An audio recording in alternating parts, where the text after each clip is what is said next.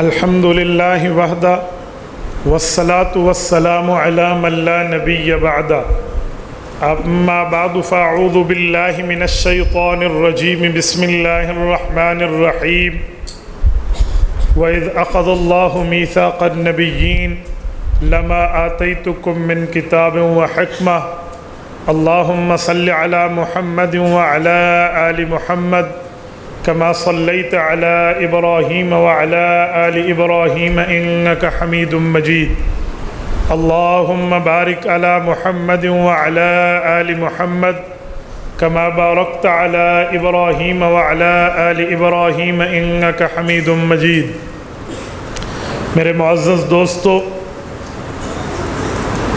آج 15 مارچ 2022 بروز منگل ہے اور ملک پاکستان کی معروف مرکز اہل حق جامعہ اشرفیہ لاہور میں ختم نبوت کے عقیدے کے پرچار کے لیے آپ اور ہم جمع ہیں۔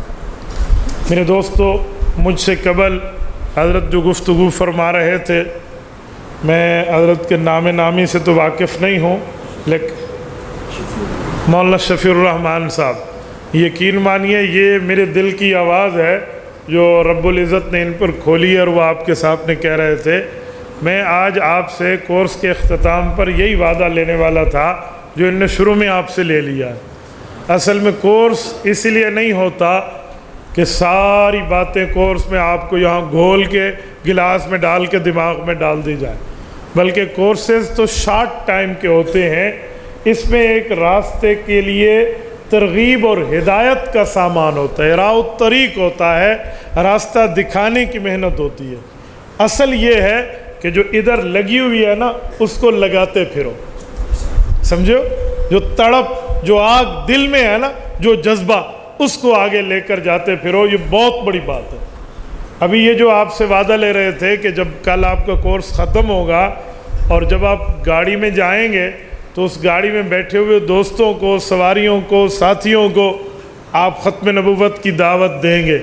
آپ نے اللہ کے گھر میں بیٹھ کے لبیک کہا ہے تو پھر آپ پر لازم ہو گیا، اور صرف گاڑی میں نہیں ہے، عقیدہ ختم نبوت کی دعوت ہر جگہ دینی چاہیے، یہ یاد رکھیں، ہر جگہ۔ اور اس میں کسی قسم کی شرم کو آپ معلوذ خاطر نہ لائیے، کسی قسم کی شرم کے معاملات کو۔ کیوں؟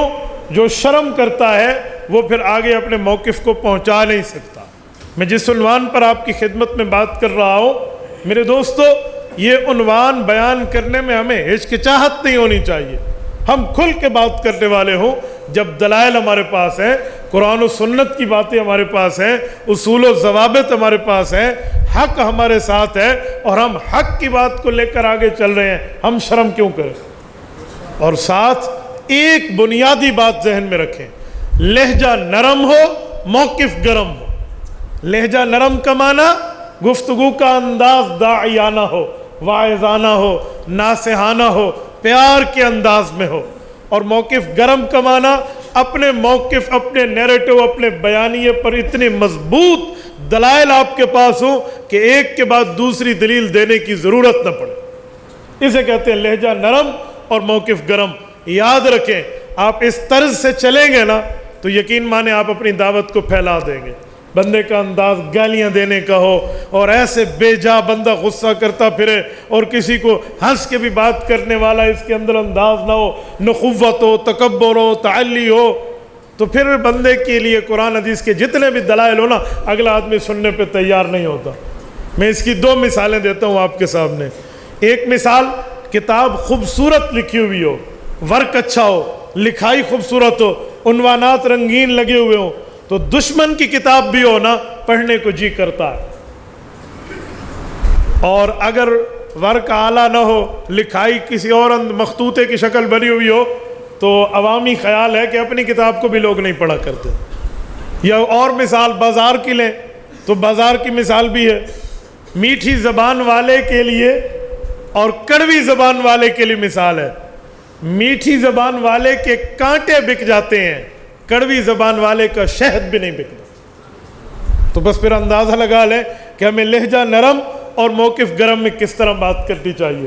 رب جزائے خیر دے ان نوجوانوں کو میں نے ابھی بھی کارگزاری سنی، پہلے بھی ان حضرات کی سنتا ہوں. یقین مانے اللہ جانتا ہے یہ چلتے پھرتے دین کا کام کرنے والے وہ لوگ ہیں. اے کاش ہمارا یہ ذہن بنے کہ ہم تبلیغی جماعت کو دین کا کام سمجھتے ہیں تو ان کی تگ و دو کو بھی ہم دین کا کام سمجھیں. یہ کام بھی ہم اللہ کے راستے والی بات سمجھیں. یہ نہ ہو کہ بس یہ تو ایویں لگے ہوئے ہیں نا بھائی، ان کے ساتھ بھی پیٹ لگا ہوا ہے. اس ہمارے میزبانوں کے ساتھ بھی دنیاوی ضروریات ہیں. اور آپ حضرات کو جو جتنا تیار کر کے ملک کے کونے کونے سے لے کر آئے ہیں، تو یہ بات ذہن میں رکھیں. ہم صرف لاہور دیکھنے نہیں آئے، ہم جامعہ اشرفیہ کا یہ ہال دیکھنے نہیں آئے، ہم مینار پاکستان کی زیارت کرنے نہیں آئے. باقی سب چیزیں ذیلی ہیں، باقی سب چیزیں ضمنی ہیں، باقی سب چیزیں ثانوی حیثیت میں ہیں. پہلے یہ ہے کہ جو ان کے دل میں جذبہ ہے اللہ ہمارے دلوں میں منتقل کر دے. کریں گے نا انشاءاللہ؟ سارے ساتھی کریں گے. جن کا ارادہ ہے وہ ذرا ہاتھ کھڑا کریں. جتنے دوست بیٹھے، اگر آپ دین کی اس محنت کو لے کر آگے چلیں گے اور جہاں جائیں گے وہاں پر آپ دعوت دیں گے، چاہے وہ بس ہو، چاہے وہ محلہ ہو، چاہے وہ گھر ہو، چاہے وہ کوئی اور پروگرام ہو، آپ اس دعوت کو لے کر چلیں گے انشاءاللہ. آگے پھیلائیں گے اس دعوت کو. اور جتنے دوست یہاں بیٹھے ہو یہ وعدہ کرو کہ جتنے یہاں بیٹھے ہیں اگلے سال اس کورس کے لیے ہم ایک ایک بندے کو 5 بندے ہم لے کر آئیں گے. آؤ گے انشاءاللہ؟ جزاکم اللہ، جزاکم اللہ. یہ میں آپ سے اس لیے وعدہ لے رہا ہوں کہ جسے کہتے ہیں نا بھئی کھڑے ہو کر ارادہ کریں، تو میں کھڑے ہو کر ارادہ تو نہیں کروا سکتا، ہاتھ کھڑا کر کے آپ سے ارادہ رکھ رہا ہوں. تو اس ارادے پر بھی انشاءاللہ نیکی ہے. ٹھیک ہے؟ اس پر شیطان کی بھی کمر ٹوٹتی ہے، خناس کی بھی کمر ٹوٹتی ہے. ایک شیطان ہوتا ہے، ایک خناس ہوتا ہے. شیطان کون ہے؟ جو جنات کا نسل سے ہے. خناس کون ہے؟ خدا کہتے ہیں من شر الوسواس الخناس. خناس وہ ہے من الجنت والناس، وہ انسانوں میں سے بھی ہے، جنات میں سے بھی ہے. جو دین کے خلاف آپ کو ذہن دے وہ خناس ہے. اور شیطان مسجد نہیں آتا. کیوں؟ حدیث پاک میں اذان سنتا ہے وَلَهُ ذُرَاتٌ، وہ وہیں سے دوڑ جاتا ہے، وہ نہیں آتا. لیکن جو خناسین ہے نا، یہ خناس یہ مسجد میں بھی آتے ہیں. اس لیے خناسوں سے بھی بچیں گے، شیطانوں سے بھی بچیں گے. تو آپ جتنے بیٹھے آپ نے وعدہ کیا ہے، آپ کے اس وعدے اور ارادے سے شیطان کی کمر تو ٹوٹی ہے، خناس کی بھی ٹوٹے گی انشاءاللہ. اب جس عنوان پر میں بات کر رہا ہوں وہ عقیدہ ختم نبوت کا وہ مسئلہ ہے جس کو قاسم العلوم والخیرات، بانی دارالعلوم دیوبند، حجت الاسلام والمسلمین، حضرت امام مولانا محمد قاسم النانوتوی رحمہ اللہ نے بیان کیا ہے. اور اتنا واضح، صاف، اتنا کھلا مسئلہ لکھ کر دیا ہے، یقین مانے بندوں کی عقل اگر وہاں نہ پہنچے تو لوگ اعتراض کرنے والے بن جاتے ہیں. میں نے بڑے بڑے قلم کاروں کو پڑھا ہے، کچھ لوگ نہیں سمجھ پائے، کچھ سمجھ پائے. جو نہیں سمجھ پائے وہ کون ہے؟ جسٹس پیر کرم شاہ الازہری اپنی کتاب میں لکھتے ہیں کہ قاسم العلوم رحمہ اللہ کی عقل جہاں تک پہنچی ہے نا اس مسئلے کو سمجھانے میں، معترضین کا ذہن وہاں پر نہیں پہنچ سکا. یقین مانے میں حیران ہو جاتا ہوں کہ جس نے سمجھا ہے پھر اس نے سمجھ کے بتایا ہے. اور یہ مسئلہ حضرت قاسم العلوم کا نہیں ہے، یہ مسئلہ حضرت عبداللہ ابن عباس، یہ روایت حضرت عبداللہ ابن عباس رضی اللہ عنہما نے دی ہے. اور عبداللہ ابن عباس وہ ہیں جس کے لیے محمد کریم علیہ التحیۃ والتسلیم، آپ کے اور میرے رسول اکرم، نبی اعظم، پیغمبر اعظم ہاتھ اٹھا کر دعا مانگتے تھے، اللہم علمہ الکتاب، اے اللہ اس شخص کو قرآن کریم کے علوم سے بہرہ ور کر دے. علمہ التاویل، اللہ قرآن کے مطالب کیا ہے، شریعت کی بات کا مفہوم کیا ہے، سمجھانے کا انداز کیا ہے، اللہ اس کو یہ انداز عطا فرما دے. یہ اس صحابی رسول نے مسئلہ دیا ہے. اور وہ مسئلہ کیا ہے؟ پہلے میں آپ کے سامنے پورا مسئلہ رکھتا ہوں اور پھر اس کی وضاحت رکھتا ہوں. وضاحت کے بعد اعتراض رکھوں گا اور اعتراض کے بعد جواب رکھوں گا. اور 5ویں نمبر پہ پھر آپ سے میں پوچھوں گا کہ آپ سمجھے ہیں تو آگے سمجھائیں گے کیسے. بس آپ توجہ رکھنا. پہلی بات، ضمناً ایک بات عرض کر دوں کہ قاسم العلوم مولانا قاسم نانوتوی رحمہ اللہ ہیں کون. تھوڑا سا میں ان کا انٹروڈکشن، تھوڑا سا ان کا تعارف کرا دوں. تاکہ آپ جب بات کریں تو بتا پائیں کہ قاسم العلوم کی شخصیت، پرسنالٹی از آور امام، ہمارے اس امام، ہمارے اس حجت الاسلام کی شخصیت کیا ہے، ہم ان کو کیسے عوام میں سمجھا سکتے ہیں۔ مولانا محمد قاسم نانوتوی شیخ اسد علی کے بیٹے ہیں، نام محمد قاسم النانوتوی ہے، 1832 ان کی ولادت ہے، 1832، اور حضرت نانوتوی رحمۃ اللہ علیہ کا انتقال 1876، اور ایک روایت ہے کہ 1890، 76 یا 90، یعنی یہ اسی 70s میں ان کا انتقال ہے۔ حضرت نانوتوی کا انتقال گویا اس سن میں بنتا ہے جس سن میں قائد اعظم محمد علی جناح کی پیدائش ہے۔ قائد اعظم جس سن میں پیدا ہو رہے ہیں، آسان لفظوں میں سمجھیں، اسی سن میں قاسم العلوم کا انتقال ہو رہا ہے۔ حضرت نانوتوی کی کل عمر 48 سال کے لگ بھگ ہے، 48 سال، اور رب کریم نے اس شخص کو ان علوم سے بہراور کیا تھا، وہ زبان عطا کی تھی جو علمی دنیا میں کو چھوتی، علمی دنیا میں ایک نامی گرامی زبان تھی۔ اس سے پہلے مسائل سمجھانے کا انداز اگر آپ نے دیکھنا ہو تو امام غزالی کی زبان آپ کو اس طرح سمجھ آئے گی، حضرت مجدد الفسانی شیخ احمد سرہندی رحمۃ اللہ تعالی علیہ کی زبان آپ کو اس طرح سمجھ آئے گی، اور مسند الہند شاہ ولی اللہ محدث دہلوی رحمہ اللہ، خصوصاً ان کی حجت اللہ البالغہ، اس میں اگر آپ دیکھیں تو حضرت نانوتوی میں ان تمام اکابر کی روحیں بولتی ہوئی نظر آتی ہیں۔ شیخ الہند مولانا محمود حسن دیوبندی رحمہ اللہ، آپ اکثر مدارس سے تعلق والے بیٹھے ہیں تو میں آپ کو ایک جملہ سمجھاتا ہوں کہ جب کہا جاتا ہے نا کہ مولانا دیوبندی نے لکھا، تو مولانا دیوبندی آگے نام نہ لیں، اس سے مراد شیخ الہند کی ذات ہوتی ہے۔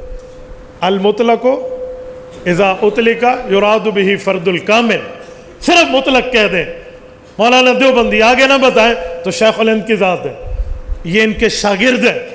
مولانا شیخ الہند مولانا محمود حسن دیوبندی حضرت مولانا ذوالفقار علی رحمہ اللہ کے فرزند ارجمند حضرت شیخ الہند فرماتے ہیں، جو استاذ ہے مولانا مدنی کا، مولانا تھانوی کا، علامہ عثمانی کا، اور مفتی کفایت اللہ دہلوی کا، مولانا سندھی کا، مولانا الیاس دہلوی، ان سب کے استاذ ہیں۔ حضرت شیخ الہند فرماتے ہیں کہ مجھ سے کسی نے پوچھا کہ آج کل منطق اور فلسفہ، آج کل بلاغت کی کتابیں، اصول کی کتابوں پر وہ محنت آپ نہیں کر رہے جو پہلے ہر وقت آپ کے ہاتھ میں کوئی اصول کی کتاب ہوتی، کوئی بلاغت کی ہوتی، کوئی فلسفے کی آپ کے ہاتھ میں، آپ ہر وقت اس کتاب میں منہمک ہوتے، آج کل آپ اتنی محنت نہیں کر رہے، وجہ؟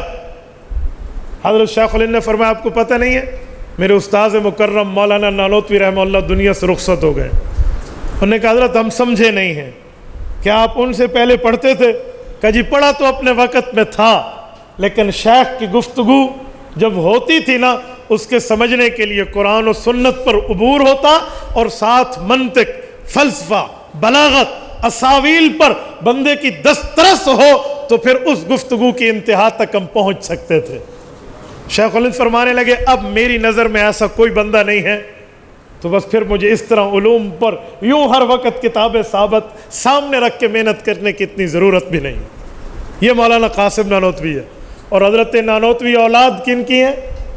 رب کریم نے رسول کریم صلی اللہ علیہ وسلم کی دنیا میں دلداری کے لیے جس کو پیدا کیا ہے، دنیا میں دلداری، وفاداری، حبداری کے لیے جسے پیدا کیا ہے، وہ ارحم امتی بامتی ابو بکر رضی اللہ عنہ کی ذات ہے۔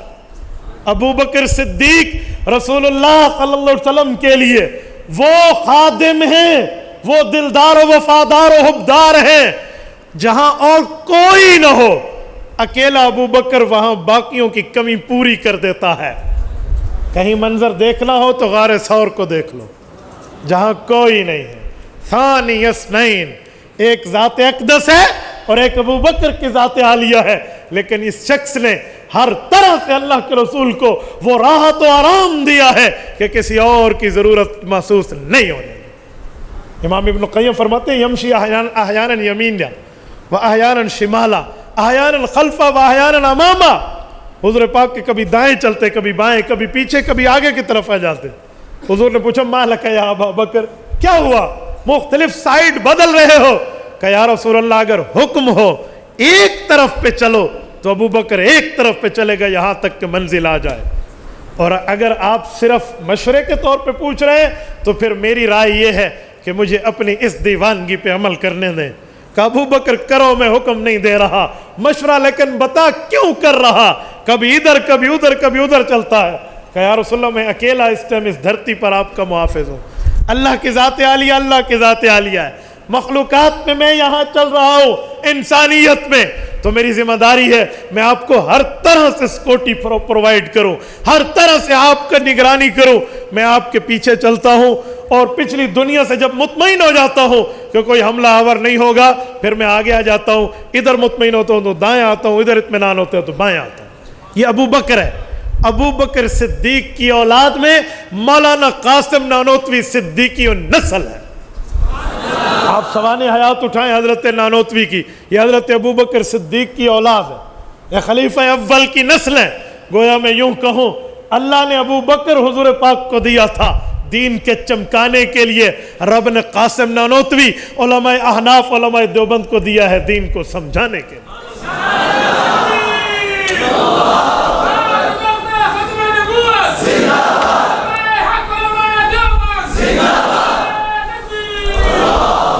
حضرت کی کئی کتابیں ہیں، میں دو چار کتابوں کے نام آپ کو لکھوائے دیتا ہوں، آپ اس کو نوٹ کر لیجئے کہ حضرت نانوتوی رحمۃ اللہ علیہ نے مختلف عنوانات پر، مختلف عناوین ہیں حضرت کے، مختلف عناوین پر ایک ایک کتاب امت کو دی ہے۔ حضرت کی ایک کتاب کا نام حجت الاسلام ہے، تقریر دل پذیر ہے، انتصار الاسلام ہے، قبلہ نما ہے، آب حیات ہے، تحذیر الناس ہے، تنویر النبراس، علی من انکر تحذیر الناس ہے، مناظرہ عجیبہ ہے، مکاتیب نانوتوی ہے، تصفیۃ العقائد ہے، تحفہ لحمیہ ہے، اسرار قرآنی، انتباہ المؤمنین، میلہ خدا شناسی، توثیق الکلام، الدلیل المحکم، لطائف قاسمی، جمال قاسمی، فیوز قاسمی، قصائد قاسمی، مصابیح التراوی، الحق الصریف فی اثبات التراوی، حاشیہ بخاری اور متعلقات اجرت تعلیم، جواب ترکی بترکی، ہدیت الشیعہ، اجوبہ اربعین، الخط المقسوم۔ یہ مختلف جو میں ڈھونڈ پایا ہوں، ہمارے اکابر ہمارے بڑوں کی تحقیق اس سے بھی آگے ہے۔ یہ حضرت نانوتوی رحمۃ اللہ تعالیٰ علیہ نے آپ کے اور میری خدمت میں امت مسلمہ کو ہر پہلو پر دین سمجھانے پر حضرت نے کلام کیا۔ دیانت سرسوتی ہندوؤں کو وہ مناظر ہے جس کے سامنے عام بندہ ٹھہرتے ہوئے اس کی حالت غیر ہو جایا کرتی تھی، اور وہ ایسے ایسے اعتراض لاتا، نعوذ باللہ قرآن کی یہ آیت اس آیت کے خلاف ہے، یہ آیت اس آیت کے خلاف ہے، یہ حدیث اس کے خلاف ہے، یہ یعنی اس کے کام ہوتے اس طرح جھوٹ موٹ کر کے وہ عوام میں پیش کرتا۔ اس نے ایک مرتبہ 11 اعتراضات کیے اور پورے متحدہ ہندوستان میں اس نے چیلنج کیا۔ متحدہ ہندوستان کتنا تھا؟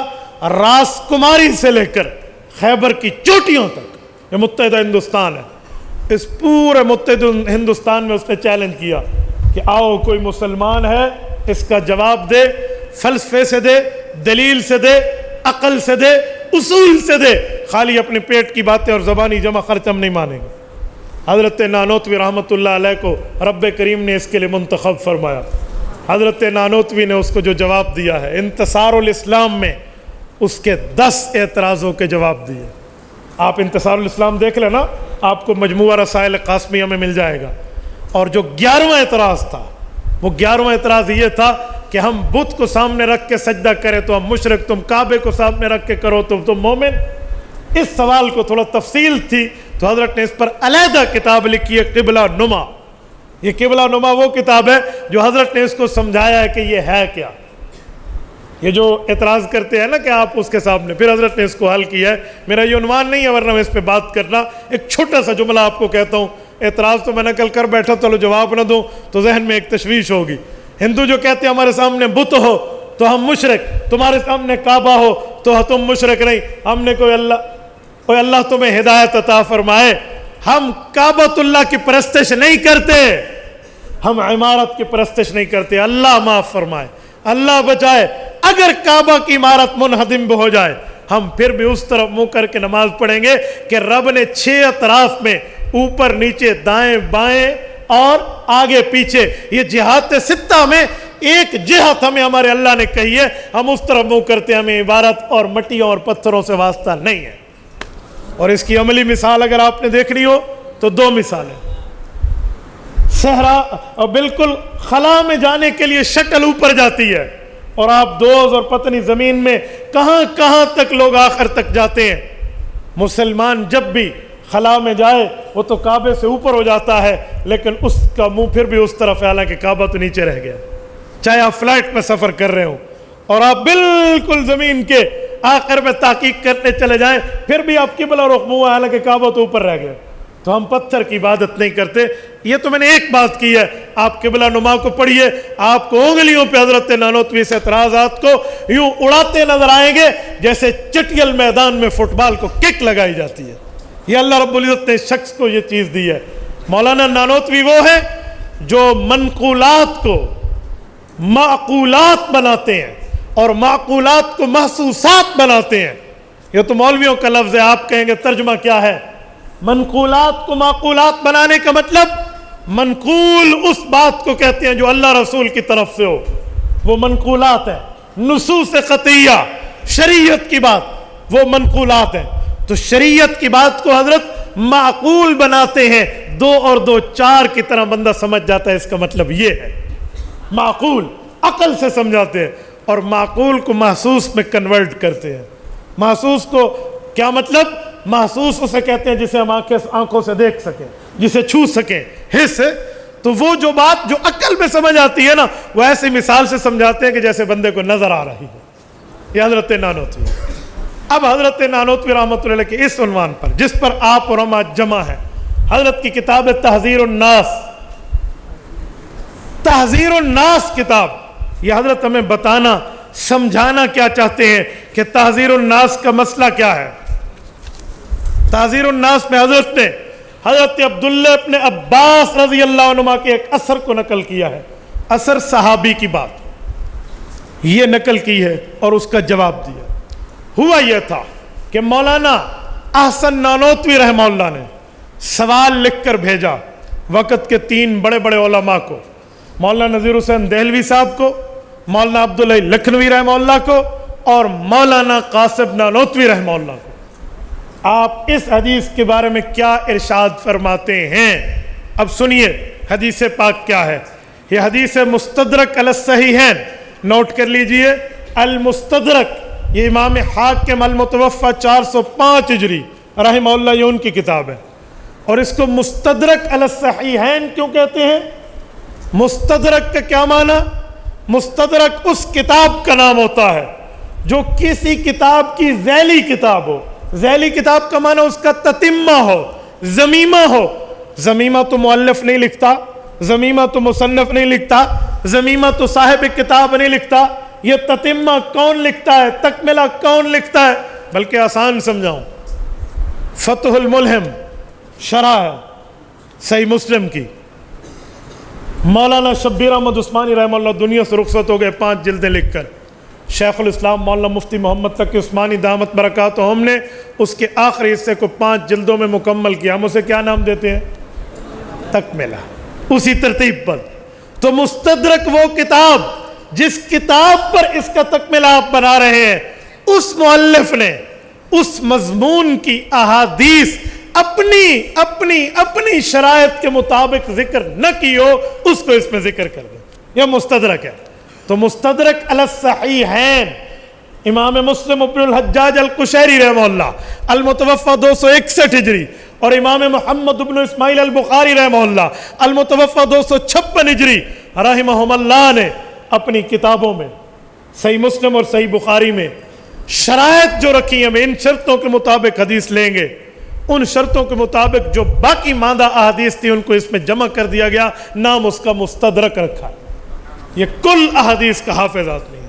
ٹھیک ہے, یہ امام حاکم رحمہ اللہ ہے. امام حاکم رحمۃ اللہ علیہ نے جو اس میں جمع کی ہے, تو اس کے اوپر امام ذہبی رحمہ اللہ کو رب جزائے خیر دے, حافظ شمس الدین ذہبی رحمہ اللہ, یہ بہت اللہ نے اس شخص سے کام لیا ہے. انہوں نے پھر مستدرک پہ کام کیا. حضرت امام حاکم رحمہ اللہ کی کچھ ایسی روایات اگر ان میں کچھ تسامو، کچھ بھول پن یا کچھ سند میں کچھ جول قسم کی بات آئی، ہزاروں حدیث ہے اس میں کوئی دو چار پر اعتراض آ بھی گیا، تو از اول تا آخر امام ذہبی رحمہ اللہ نے اس پر تعلیق لکھی ہے، حاشیہ لکھا ہے، ہر حدیث کی تخریج کی ہے، جہاں صحت ہے وہاں صحت بتاتے ہیں، جہاں کچھ ضعف ہے جو اس کے راوی پر کوئی کلام ہے وہ ذکر کر دیتے ہیں۔ یہ وہ روایت ہے مستدرک حاکم کی جس کو امام حاکم نے بھی بخاری مسلم کی شرط پہ صحیح قرار دیا ہے، اور نیچے تعلیق میں امام ذہبی نے بھی صحیح قرار دیا ہے۔ یہ دونوں کی بات میں نے اس لیے آپ کو بتائی کہ آپ تعلیقات کا مطلب سمجھیں کہ تعلیق میں امام ذہبی وَأَقَرَّ بِهِ الذَّهَبِي جو آ جاتا ہے تو امام ذہبی کا امام حاکم سے جوڑ کیا ہے؟ بھائی جوڑ یہ ہے کہ وہ پوری کتاب کو ریوائز کر رہا ہے۔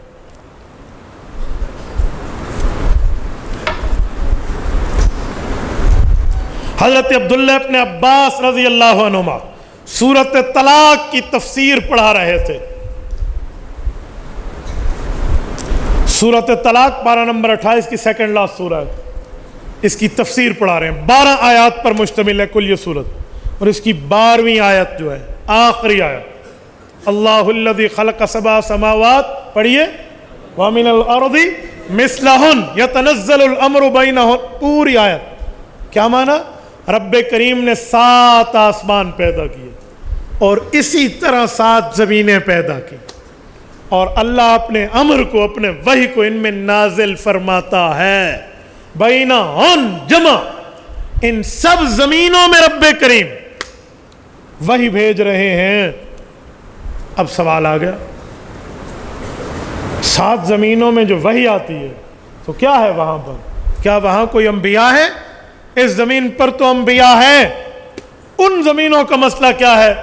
تو صحابی رسول جن کو دعائیں رسول اللہ کی ملی، حضرت عبداللہ ابن عباس رضی اللہ عنہما اس کی تشریح فرماتے ہوئے جملہ فرماتے ہیں، فرمایا اے لوگو، حضرت ابن عباس سے اس آیت کو پڑھا اور آیت کے بعد تشریح کی، فرمایا سبع ارضین فی کل ارض نبی، ہاں 7 زمینیں ہیں، ہر زمین میں ایک نبی اپنی قوم کی طرف مبعوث ہے، موجود ہے۔ اچھا کہ نبی یہ قوم جس طرح تمہارے پاس انبیاء آتے ہیں، کا آدم و آدم کا آدم، وہیں بھی آدم ہے جیسے تمہارے آدم ہے، ونوح کنوح، وہاں بھی حضرت نوح ہے جیسے آپ کے پاس حضرت نوح آتے ہیں، و ابراہیم کا ابراہیم، وہاں حضرت ابراہیم ہے جیسے آپ کے حضرت ابراہیم ہے، و عیسیٰ کا عیسیٰ، ویسے وہاں حضرت عیسیٰ ہیں جیسے آپ کے یہاں ہیں۔ یعنی حضور پاک علیہ السلام سے لے کر نبی کا نبیکم حضرت عیسیٰ تک کے مختلف انبیاء کی مختلف مثالیں پیش کی۔ یہ اثر ابن عباس ہے۔ اب اس پر سوال کیا مولانا احسن نانوتوی نے، اور 3 حضرات سے جواب مانگا کہ آپ بتائیے اس کے متعلق آپ کا کیا خیال ہے۔ اچھا سوال اٹھتا ہے کہ یہ حدیث صرف مولانا احسن نانوتوی رحمہ اللہ کو ملی تھی؟ اس سے پہلے کوئی بزرگ، اس سے پہلے کوئی محدث، ان سے پہلے کوئی مفسر، ان سے پہلے کوئی فقیہ اس 1300 سال کی امت میں، کیا انہوں نے بھی اس روایت کو ابن عباس رضی اللہ عنہ سے نقل کیا ہے یا نہیں؟ تو سر دست میں آپ کو 10 حوالے دے دیتا ہوں، تلک عشرۃ کاملہ، آپ اس کو نوٹ کر لیجئے کہ اس 1400 سال میں اتنے محدثین نے حضرت نانوتوی سے پہلے ان کو نقل کیا ہے۔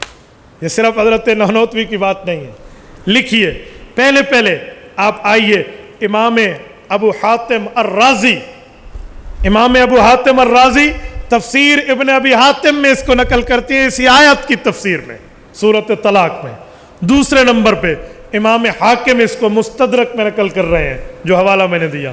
تیسرے نمبر پہ امام بیہقی رحمہ اللہ نقل کر رہے ہیں کتاب الاسماء والصفات میں۔ چوتھے نمبر پر حضرت امام قرطبی رحمہ اللہ، امام قرطبی مالکی ہیں، الجامع لاحکام القرآن میں نقل کر رہے ہیں۔ 5ویں نمبر پہ امام ابن کثیر رحمہ اللہ تفسیر ابن کثیر پہ نقل کر رہے ہیں جس کا نام تفسیر القرآن العظیم ہے۔ 6 نمبر پہ امام بدر الدین عینی رحمہ اللہ، بخاری کے شارح، عمدۃ القاری کے صاحب، امام بدر الدین عینی اس کو نقل کر رہے ہیں۔ 7ویں نمبر پہ امام جلال الدین السیوطی رحمہ اللہ تفسیر الدر منصور میں اس آیت کے تحت نقل کر رہے ہیں۔ 8ویں نمبر پہ امام ابن حجر ہیثمی رحمہ اللہ اس کو نقل کر رہے ہیں الفتاوۃ الحدیثیہ، یہ ابن حجر ہیثمی رحمہ اللہ کا اپنا فتاوہ ہے۔ 9ویں نمبر پہ امام عبد الرؤف مناوی رحمہ اللہ اس کو نقل کر رہے ہیں فیض القدیر میں، اور 10ویں نمبر پہ مفتی بغداد، احناف کی عربی زبان میں سب سے بڑی قرآن کی تفسیر لکھنے والا امام محمود آلوسی رحمہ اللہ روح المعانی میں سورۃ طلاق کی اسی آیت نمبر 12 کی تشریح میں اس کو نقل کر رہے ہیں۔ یہ وہ 10 مصادر ہیں جو حضرت نانوتوی رحمہ اللہ سے پہلے بھی اس کو نقل کیا گیا اور بتایا گیا۔ اب یہ جو حدیث ہے، اس حدیث پاک کا مطلب حضرت نانوتوی نے بھی سمجھایا ہے، مولانا عبداللہ لکھنوی بھی سمجھایا ہے، اور باقی حضرات نے بھی سمجھایا ہے، پر مسئلہ یہ ہے کہ معترض کی نظر باقیوں پہ نہیں گئی، مفہوم انہوں نے بھی یہی لکھا ہے، معترض کی نظر حضرت نانوتوی پر جا کر اٹک گئی۔ حضرت نانوتوی رحمہ اللہ کی اس عبارت کو جو آگے میں چلا رہا ہوں اعتراضات شروع کر دیے، حالانکہ اس سے پہلے الآیات البینات علی وجود الانبیاء فی الطبقات کے نام سے مولانا عبداللہ لکھنوی رحمہ اللہ اس پر پوری ترتیب سمجھا چکے ہیں۔ اور کسی نے اعتراض کیا کہ حضرت یہ کیسی بات ہے، تو حضرت نے ایک اور کتاب لکھی، اس کا نام رکھا زجر الناس علی انکار اثر ابن عباس، پھر اس سے سمجھا زجر الناس، غصے سے جھڑک کے سمجھا۔ پھر اپنوں نے کوئی سوالات کیے تو حضرت نے دافع الوسواس کے نام سے وسوسہ دور ہو جائے، پھر ایک اور تحریر اس پر کی ہے، حضرت نانوتوی رحمۃ اللہ علیہ کی تحذیر الناس ہے۔ اب تحذیر الناس میں جو حضرت نے اس پر بات کی ہے، حضرت فرماتے ہیں 2 باتیں ہیں۔ پہلی بات تو یہ ہے کہ بڑا آسان ہے، آپ اس کا انکار کر دیں، اجی ہمیں ضرورت نہیں ہے، ہم نہیں مانتے، یہ تو آپ نبیوں کو بھی وہاں طبقات میں کیا نام ہے زمینوں کے مختلف حصص میں ثابت کریں، ہم نہیں مانتے، اثر کا انکار کر دیں۔ کہتے ہیں یہ تو بڑا آسان راستہ ہے، شارٹ کٹ ہے، لیکن ہم کیوں انکار کریں؟ کوئی انکار کی وجہ دو۔ کیا انکار کی وجہ یہی ہے کہ تم سے جواب نہیں بنتا، تم سے صحابی کی بات کی تشریح نہیں ہو سکتی؟ اور یار اللہ نے عقل دیا ہے، رب نے علم دیا ہے، تو جو خود سمجھتے ہو تو آگے بتاؤ۔ اگر انکار کرو گے تو عبداللہ ابن عباس رضی اللہ عنہ کے بارے میں 2 باتیں ہوں گی، یا تو اثر ان سے ثابت نہیں ہے، حالانکہ ثابت ہے، پوری توثیقیں موجود ہے، یا اگر ثابت ہے تو پھر ابن عباس پر آپ نعوذ باللہ کیا فتویٰ دو گے؟ کل کوئی حضرت عبداللہ ابن عباس پہ فتویٰ لگائے تو صحابی رسول کا دفاع کیسے کرو گے؟ تو یہ چیز یہاں نہیں رکے گی، بڑی دور تک جائے گی، لہٰذا اس کا کوئی حل ہونا چاہیے، اور ایسے ویڈرالنگ پوزیشن تو نہیں ہونی چاہیے کہ فوراً اگلا کوئی یوں قدم اٹھائے اور آپ چل میرا بھائی ہم رجوع کر رہے ہیں، ایسا تو نہیں ہے بھائی، یہ دین کی بات ہے، کوئی دنیا کی بات تو نہیں ہے۔ حالانکہ لوگ مال پر، اولاد پر اور عزتوں پہ اتنا لڑتے ہیں، پیچھے نہیں ہوتے، قتل قتال تک نوبت آ جاتی ہے۔ یہ تو ایمان کے مسائل ہیں، اس پر ہم فوراً واپس ریورس گیئر لگا لیں، یہ غیرت دینی کے خلاف ہے۔ تو بھائی یہ بات کرنی چاہیے اور سمجھانا چاہیے۔ تو کیا کوئی ایسی بات ہے جس سے اس اثر کو، صحابی کے اس قول کو بڑے آسانی سے سمجھایا، بتایا، سنایا جا سکتا ہے؟ فرماتے ہیں جی ہاں، بڑے بڑے علماء نے اس کی تشریح میں بات کی ہے، تو ہم کیا؟ تو حضرت نانوتوی رحمۃ اللہ فرماتے ہیں یہ اثر تو ثابت ہے لیکن عقل کے بھی مطابق ہے۔ کہتے وہ کیا؟ تو کہا چلو حضرت عیسیٰ کی طرح حضرت عیسیٰ، حضرت موسیٰ کی طرح حضرت موسیٰ، حضرت ابراہیم کی طرح حضرت ابراہیم، حضرت نوح کی طرح حضرت نوح، حضرت آدم کی طرح حضرت آدم۔ لیکن ایک سوال جو اشکال آیا، حضور کی طرح بھی وہاں حضور؟ 3 سوال کھڑے ہو گئے۔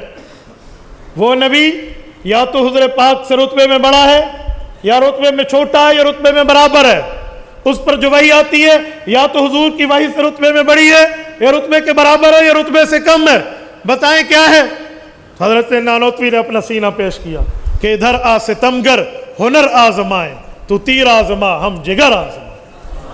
حضرت نے فرمایا آؤ میری بات سنو، حضور پاک علیہ الصلوۃ والسلام سے بڑھ کر تو ہو ہی نہیں سکتے، کیونکہ وجود کائنات تو رسول اللہ کی ذات اقدس ہے۔ حضور پاک سے کمتر ہوئے تو کمتر کی ضرورت کیا ہے جہاں قرآن جیسی وحی موجود ہو؟ اگر آپ برابر کہیں تو بعد از خدا بزرگ تو ہی، قصہ مختصر، حضور پاک جب آ گئے ہیں ان سے سب کچھ حاصل ہو رہا ہے، پھر تحصیل حاصل کی کیا ضرورت ہے؟ تو لہٰذا مساوی بھی نہیں ہے، ادنا بھی نہیں ہے، اعلیٰ بھی نہیں ہے، ہیں صحیح یہ تو پہلا سوال. اچھا کوئی اور سوال کرے, اس پر کوئی اعتراض ہو تو وہ نقل فرمائے. دوسرے اعتراض سے پہلے حضرت کی اس بات کی میں ذرا دلیل لاتا ہوں. وہ کہتے ہیں تمہیں صرف اعتراض اس لیے ہو رہا ہے کہ رسول اللہ صلی اللہ علیہ وسلم مبعوث ہے, کوئی اور آ گیا, یہ تو حضور کے بعد نبی آ گیا, بس یہی بات ہے. کہتے ہیں ہاں یہی بات تو ہو سکتی ہے. فرمایا بڑی آسانی سے, بڑے پیار سے, بڑی محبت و وضاحت سے اور بڑے کھلے دل سے اس کو سمجھایا جا سکتا ہے. کہا جی وہ کیا؟ تو کہا تم حضور کی فضیلت کیا سمجھتے ہو؟ پھر خود نقل کرتے ہیں, کہتے ہیں عوام کی فضیلت کیا ہے, عوام کے ذہن میں اس پر فضیلت کیا ہے. عوام کا ذہن, حضرت نانوتوی نے نقل کیا, یہ ہے عوام سمجھتے ہیں کہ آخری ہونا بس صرف یہی حضور کی فضیلت ہے, صرف آخری ہونا. وہ کہتے ہیں آخری ہونا فضیلت ہے لیکن صرف آخری ہونا فضیلت نہیں ہے. ایک شخص صرف آخر میں آئے تو صرف آخر میں آنا یہ کوئی فضیلت ہے؟ اگر یہی فضیلت ہے تو مجھے بتائیں ائمہ اربعہ میں چوتھے اور آخری امام کون ہے؟ امام احمد ابن محمد ابن حنبل المتوفی 241 ہجری. آپ بتائیں امام احمد کو آپ افضل کہیں گے یا امام اعظم کو کہیں گے؟ تو پھر اگر صرف آخر میں آنا وجہ فضیلت ہے, صرف آخر میں آنا یہی وجہ فضیلت ہے, باقی وجہ فضیلت آپ نہیں دیکھتے, تو پھر امام احمد کو افضل کہہ دیں. اچھا چلو کوئی کہے ائمہ اربعہ سے اوپر بات کرے, میں اوپر آ رہا ہوں, خلفائے اربعہ میں آ جائیں, خلفائے راشدین میں آ جائیں, حضرت ابو بکر, حضرت عمر, حضرت عثمان, حضرت علی رضی اللہ عنہم اجمعین, ہر ایک نبی کا وفادار, دلدار و حبدار, اور اس کے قدموں میں آنے والی جوتی اور اس جوتی کے نیچے آنے والی مٹی کے ذرات ہماری آنکھ کا سرما. لیکن سوال ہے افضل البشر بعد الانبیاء کون ہے؟ حضرت ابو بکر رضی اللہ عنہ. اول ہے یا آخر ہے؟ اور یہاں آخری کون ہے؟ سیدنا حیدر کرار علی المرتضی رضی اللہ عنہ, جو ابو بکر کے پیچھے 2.5 سال تک نماز پڑھتے ہیں, 10 سال حضرت عمر کے پیچھے, 12 سال حضرت عثمان کے پیچھے, پھر حضرت علی المرتضی کا دور اقدس شروع ہوتا ہے. تو کیا وجہ فضیلت اگر یہی ہے کہ جو آخر میں آئے وہ سب سے افضل, تو یہ تو خلفائے اربعہ میں بات نہیں پائی جاتی. حضرت علی المرتضی رضی اللہ تعالیٰ عنہ چوتھے نمبر پہ. تو پھر آپ یعنی عوام جو حضور پاک کو وجہ فضیلت صرف آخری نبی کہتی ہے, تو پھر یہ بات تو نہ بنی. یہ حضرت نے سوال اٹھایا, پھر حضرت نے اس کا خود ہی جواب دیا. فرمایا اصل وجہ یہ نہیں ہے کہ حضور آخر میں آئے ہیں, یہ وجہ بھی ہے, اصل وجہ کوئی اور ہے. میں جس ممبر پر بیٹھا ہوں یا جس مسند پہ بیٹھا ہوں, میں استاذ محترم حضرت علامہ خالد محمود PhD لندن, اللہ اس کی قبر پہ کروڑوں اربوں رحمت نازل فرمائے. میں نے بھی حضرت سے اعزازی موطا امام مالک کے کچھ سبق پڑھے ہیں, تو حضرت استاذ کے لفظوں میں عرض کروں, حضرت فرمایا کرتے تھے ایک وجہ ہوتی ہے جسے ریزن کہتے ہیں, ایک وجہ الاوجہ ہوتی ہے جس کو مولویوں کی زبان میں علت العلل کہتے ہیں. جس نے حضرت کے درس میں فیض اٹھایا وہ سمجھے گا کہ حضرت کے الفاظ تھے علت العلل, وجوہات میں خاص وجہ. خاص وجہ کیا ہے؟ تو کہتے ہیں حضور پاک آخر میں آئے ہیں, سب سے بڑی وحی آئی ہے, سب سے بڑا رتبہ آیا ہے, سب سے بڑا درجہ آیا ہے, حیثیت ہے, ویلیو ہے, مرتبہ ہے, معجزہ ہے, مقام ہے, سب کچھ ہے. آخری کتاب ملی ہے, رتبے میں اعلیٰ, کلام کی حفاظت آخر تک چلے گی, ساری فضائل اپنی جگہ. لیکن علت العلل, خاص الخاص وجہ کیا ہے جس میں حضور پاک کو سب پہ فضیلت ہے؟ تو کہتے ہیں وہ وجہ جو علماء کے یہاں ہے وہ ہے نبوت کا, حضور پاک علیہ الصلوۃ والسلام کا ذاتی ہونا. کیوں؟ ایک ذاتی نبوت ہے اور ایک رتبی مرتبی کے ساتھ وہ نبوت ہے جسے موصوف بالعرض کہتے ہیں, عطائی نبوت ہے. میں اس کو سمجھاتا ہوں ذرا, ذاتی اور عطائی کا فرق کیا مطلب. جسے سب سے پہلے نبوت ملی وہ رسول اللہ صلی اللہ علیہ وسلم ہے, ان کی وجہ سے باقی انبیاء کو ملی تو ترتیب میں پہلے حضرت آدم آئے اور حضور سے پہلے حضرت عیسیٰ آئے، ترتیب میں. ورنہ نبوت کے ملنے میں، نبوت کے عطا میں، نبوت کے حصول میں حضور پاک نبوت اول لینے والے، اور ان کی وجہ سے باقی انبیاء کو نبوت ملی. حضور کی وجہ سے باقیوں کو رتبہ ملا، حضور کی وجہ سے باقیوں کو درجہ ملا. کہتے ہیں دلیل کا بڑی آسان، سورت نمبر 3 سورت آل عمران آیت نمبر 81، اس پر دلیل ہے جو میں نے خطبے میں پڑھی ہے. وَإِذْ أَخَذَ اللَّهُ مِيثَاقَ النَّبِيِّينَ، رب کریم اس آیت میں کیا فرماتے ہیں؟ واضح فرمایا میں انبیاء سے وعدہ لے رہا ہوں. وعدہ، میثاق، عہد، پیمان، پرومس، کس بات کا؟ لما آتیتکم من کتاب و حکمہ، اے نبیو میں تمہیں نبوت بھی دے چکا ہوں، کتاب بھی دے چکا ہوں، پیغام بھی دے چکا ہوں. خالق کا پیغام تم نے مخلوق کو جا کر دینا ہے. اللہ بالکل ٹھیک. آگے ایک بات ذہن میں رکھنا، یہ ہدایات دی جا رہی ہیں انبیاء کو، سورۃ آل عمران آیت نمبر 81 بتاتی ہے. اللہ وہ بات کیا ہے؟ فرمایا ثم جاءکم رسول مصدق لما معکم، پیغمبر وہ آئے جو تمہاری کتابوں کی بھی تصدیق کر رہا ہے، یعنی رسول اللہ صلی اللہ علیہ وسلم، محمد مصطفیٰ احمد مجتبی صلی اللہ علیہ وسلم تمہارے ادوار نبوت میں آ جائے، تمہارے دور نبوت چل رہی ہو اور حضور آ جائے. اب دو باتیں ہوں، جب حضور آئیں تو حضور کی نبوت کا دور تمہارے دور میں شروع ہو جائے تو تم اپنی نبوت اور حضور کی نبوت کے مقابلے میں کیا کرو گے؟ رب فرمائے دو کام، لَتُؤْمِنُنَّ بِهِ وَلَتَنْصُرُنَّ، ایمان بھی حضور پہ لاؤ گے، امداد و مدد و نصرت بھی حضور کی کرو گے. یہ اللہ کے قرآن نے وعدہ لیا. مجھے بتائیں حضور پاک علیہ الصلوۃ والسلام کی نبوت سب سے پہلے اصل وجہ حضور کی نبوت نہیں ہے تو پھر حضرت آدم تا عیسیٰ علیہم السلام پابند کیوں کیا جا رہے ہیں کہ اپنی نبوت میں حضور کی نبوت جاری ہو جائے تو اپنی نبوت، اپنا کلمہ، اپنی دعوت چھوڑ کے حضور پر ایمان لانا مدد کرنا. یہ حضرت نانوتوی کی دلیل ہے کہ رسول اللہ بذات نبی ہے، یعنی سب سے اول حضور کو ملی ہے، جس کو حضرت ذاتی کے الفاظ سے تعبیر کرتے ہیں.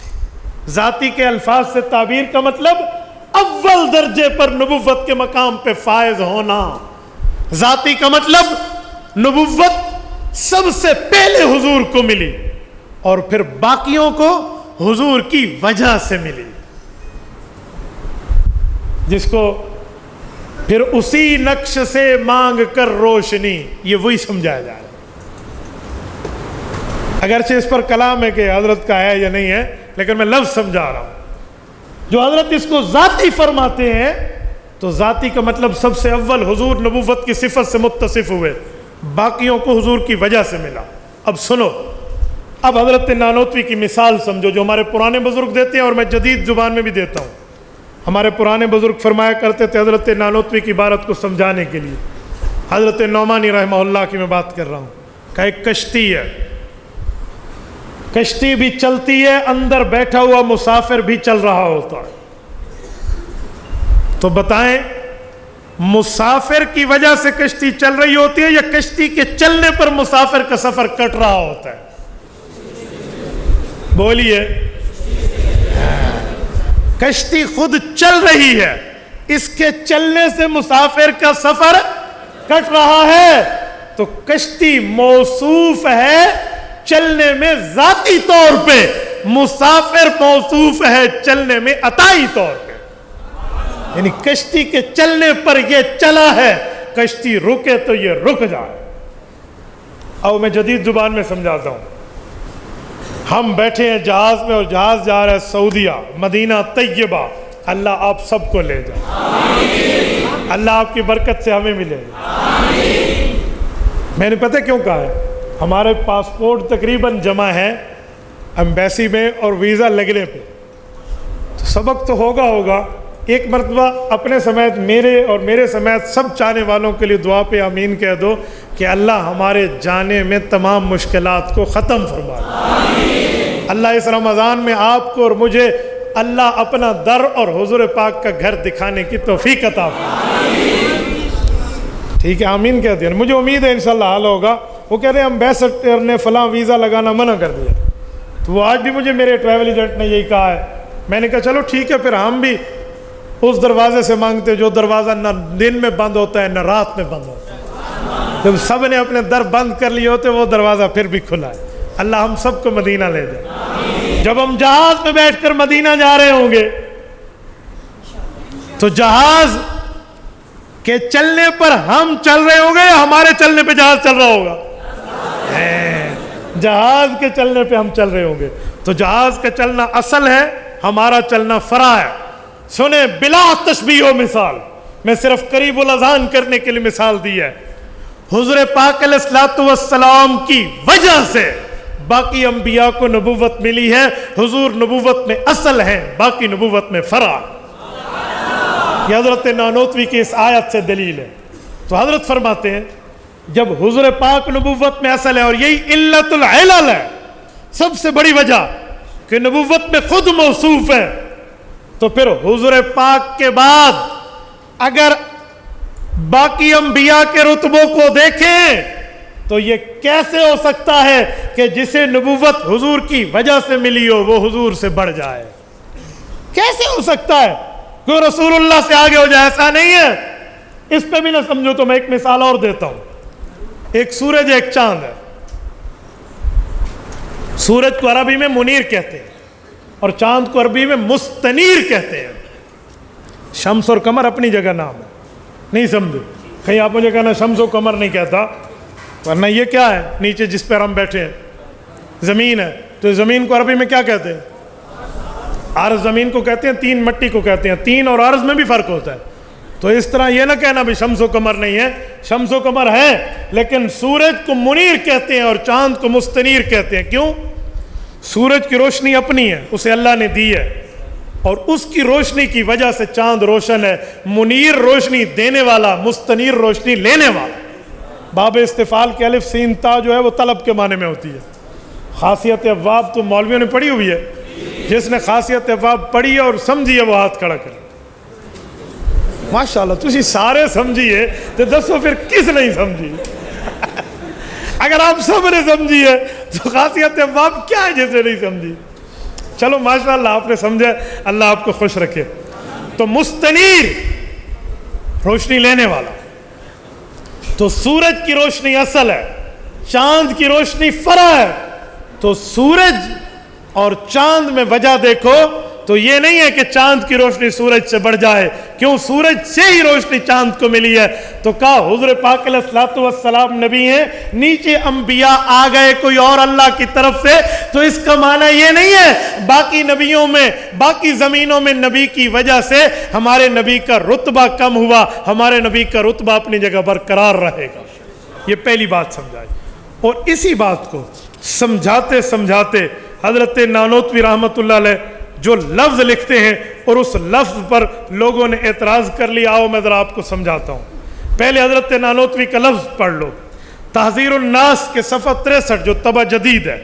حضرت نانوتوی کا لفظ ہے کہ اگر بالفرض، لفظوں پر غور کرنا، اگر بالفرض بعد زمانہ نبوی کوئی نبی پیدا ہو پھر بھی خاتمیت محمدیہ پہ کچھ فرق نہ آئے گا، چہ جائے کہ آپ علیہ الصلوۃ والسلام کے معاصر کسی اور زمین میں، یا فرض کیجئے اسی زمین میں کوئی اور نبی تجویز کیا جائے تو خاتمیت محمدیہ میں کوئی فرق نہیں آئے گا۔ جب حضرت نے یہ بات کر دی، اب اگلوں نے کیا کہا؟ کہ حضرت نانوتوی کہتا ہے اگر اس زمین میں بھی نبی آ جائے تو نبی کے آنے سے خاتمیت میں فرق نہیں آئے گا۔ تو گویا مولانا نانوتوی راستہ دے رہا ہے قادیانیوں کو کہ تم نبی بنو، کیونکہ ہم نے تیرے لیے راستہ کھول دیا ہے۔ ہم نے کہا واہ، کتے مہر علی کتے تیری سنا، گستاخ کیاں کتے جا اڑیا۔ خدا کے لیے یار آنکھیں کھولو، یہ کیا بات ہے؟ اگر یہ مرزا قادیانی کو نبوت کاذبہ کا راستہ دکھانا ہے، میں چیلنج، دعوے اور تعدی سے کہتا ہوں، جرت کرے محترز، مرزا قادیانی کی جملہ کتب سے ایک کتاب پہ مجھے نشاندہی کرے اور مجھ سے انعام وصول کرے، میں انعام دینے پہ تیار ہوں۔ مجھے دکھاؤ مرزا نے حضرت نانوتوی کی اس کتاب کی بات کو مستدل بنایا ہو یا دلیل دی ہے۔ یہ میں جملہ کہہ رہا ہوں، یہ جملہ ذہن میں رکھنا، اس دھرتی پر مرزا قادیانی کی ایک کتاب ایسی نہیں ہے، ایک عبارت ایسی نہیں ہے، ایک پیراگراف ایسا نہیں ہے جو اس نے حضرت نانوتوی کی اس بات کو مستدل بنایا ہو۔ اس کی جھوٹی نبوت کے اعلان سے پہلے حضرت نانوتوی رحمۃ اللہ 25 سال پہلے دنیا سے رخصت ہو گئے تھے، یہ کتاب لکھ کر فارغ ہو گئے تھے۔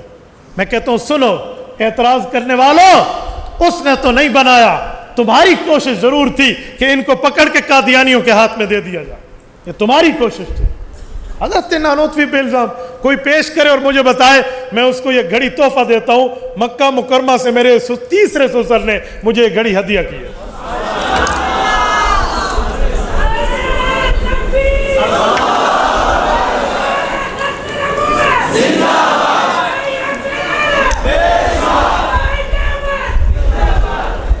اللہ آپ کو بھلا کرے، جو آپ کے نعرے لگے ہیں یہ واقعی میرے چیلنج پہ لگے ہیں یا کوئی اور وجہ ہے؟ یہ تیسرے نمبر دیکھو، یہ 3 انگلی آنے لگ گئی ہے۔ مرد بنو مرد، ٹھیک ہے نا؟ یوں کھلے عام پھر اعلان بھی کرو کہ ہیں، یوں نہیں ہے چھپا چھپا کے رکھو۔ ایک بندے نے شادی کر لی دوسری، تو پہلی والوں نے کہا بھی طلاق دے اس کو، تو اس نے بڑا اچھا بہانہ ڈھونڈنے کے لیے کسی مجھ جیسے سے رابطہ کیا، تو انہوں نے اسے سکھا دیا۔ انہوں نے کہا جی اگر میں اس کو طلاق دوں گا تو میرے دوسرے سسر نے شرط رکھی ہے پہلی بھی تیری طلاق ہو جائے گی، اب دوں، اب بیوی کیسے کہے بھی تو دے؟ تو پھر مرد بنے بھائی، بچے نہ بنے۔ چلو میرے دوستو، تو حضرت نانوتوی کی اس عبارت کو تو انہوں نے پیش نہیں کیا۔ اچھا ایک چیلنج اگلا ہے میرا، اس پر بھی لوگ جھوٹ بولتے ہیں، یہ بھی سنیں۔ 1974 کی لیجسلیٹو اسمبلی میں جو قادیانیوں سے 13 دن بحث ہوئی ہے، آخری 3 دن تو قادیانیوں نے صفائی کا موقع مانگا تھا، وہ مرزا ناصر مرزائیوں کی طرف سے اور لاہوری گروپ کی طرف سے عبد الکریم ایڈوکیٹ تھے، ان دو نے جو مرزائیت کی آل ورلڈ ترجمانی کر رہے تھے، اور مولانا مفتی محمود رحمہ اللہ، مولانا غلام محمد ہزاروی رحمہ اللہ، اور ان کے ساتھ تمام جتنے مذہبی رہنما تھے، ان کی تائید کے ساتھ مسلمان بات کر رہے تھے، تو قادیانیوں نے بھی تو حضرت نانوتوی کو بطور دلیل وہاں پیش نہیں کیا۔ جھوٹ بولتا ہے جو کہتا ہے کیا، آپ ثابت کریں۔ انہوں نے کہا کہ مولانا نانوتوی نے تحذیر الناس لکھی ہے اور یہ مرزا کے حق میں، انہوں نے کہا میں انعام دینے کے لیے تیار۔ 5 جلدوں میں کاروائی چھپ گئی ہے نا، قومی اسمبلی کی کاروائی 13 جلدوں کی۔ میں آپ کو بتاؤں اتنا حد تک اس میں لکھا ہوا ہے، میں مثال دے رہا ہوں، اگر وہاں بیٹھے ہوئے کسی نے او ہو بھی کہا ہے تو وہ بھی لکھ دیا گیا، اس حد تک۔ آپ کبھی کٹہرے کو دیکھیں نا، کمرہ عدالت کو، وہاں اسٹینو ہر وہ بات لکھ رہا ہوتا ہے جو عدالت میں ہو رہی ہوتی، اسمبلی میں ایک ایک لفظ لکھا جا رہا ہوتا۔ آپ کیسے کہتے ہیں؟ قادیانی نے تو وہاں تک پیش نہیں کیا۔ ہاں کسی اکے دکے نے آج کل پیش کر دیا گیا ہے تو اس مخالف کی محنت کی وجہ سے پیش کیا ہے، ورنہ قادیانیوں نے پیش نہیں کیا۔ تو اسی فادکتے آگے لے گئے ہو۔ تھوڑا بندہ اپنے آپ کو بھی دیکھے کہ بات کیا ہے۔ اب سنو اگلا جملہ کہ یہ جو حضرت نے فرمایا تو 7 لفظ فرمایا ہے کہ اگر بالفرض، تو یہ قضیہ فرضیہ ہے۔ اگر کسی نے منطق پڑھی ہے تو قضیہ فرضیہ وہ بڑی اچھی طریقے سے سمجھے گا کہ کیا ہوتا ہے۔ قضیہ فرضیہ کا مطلب یہ ہے، میں بسم اللہ اس مولوی صاحب معترض کی بات کرتا ہوں، معترض میرے سامنے اعتراض کرے اور میں اسے کہوں دیکھو میں آپ کے گھر آنا چاہتا ہوں، اور وہ کہتا ہوں نہیں آ سکتے، پردہ ہے۔ میں کہتا ہوں بالفرض آپ نے مجھے بیٹی کا رشتہ دیا ہے، پھر تو پردہ نہیں ہوگا۔ کہے گا ہاں بالفرض پھر دیا ہے تو نہیں ہوگا، تو یہ بالفرض کہنے سے وہ مجھے اپنا داماد مان لے گا؟ تو کیسی بات آپ حضرت نانوتوی پہ کرتے ہیں یار؟ اچھا بالفرض پر اعتراض ہوتا ہے؟ حضرت تو سمجھا رہے ہیں کہ حضور کا رتبہ اتنا، درجہ اتنا، مرتبہ نبوت ذاتیہ کا اتنا ہے کہ بالفرض بھی کوئی آ جائے تو بھی رتبہ ختم نہیں ہوتا۔ لیکن اللہ نہ کرے اللہ نہ کرے حضور کے بعد کوئی دعوی نبوت کرے، وہ کون ہوگا؟ وہ تو بے ایمان ہوگا۔ لیکن اس بے ایمان کے آنے سے حضور کی شان میں فرق آئے گا؟ مرزا آیا یا نہیں آیا؟